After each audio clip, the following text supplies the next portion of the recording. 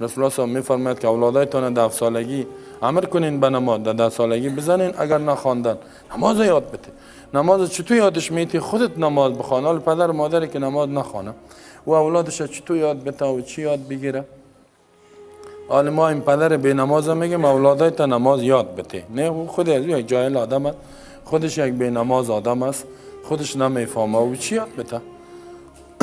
خود از صبح وقت نمیخیزه به نماز. یا اولاد چی جور شد؟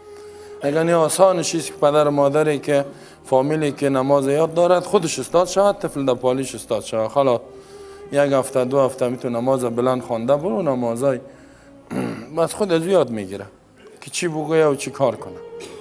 خودت که عمل کرده رفتی اولادت هم تو مثل پدر میشه، مثل مادر میشه، مثل اعضای فامیل میشه. در جامعه کلش نماز گزار باشه و کلش عقیده صحیح داشته باشه خود مردم جور میشه. ولی اگر خراب باشد بازی چطور جور شود؟ یا معلم مربی را میگه و خودش نماز نفهمه و چطور یاد بده؟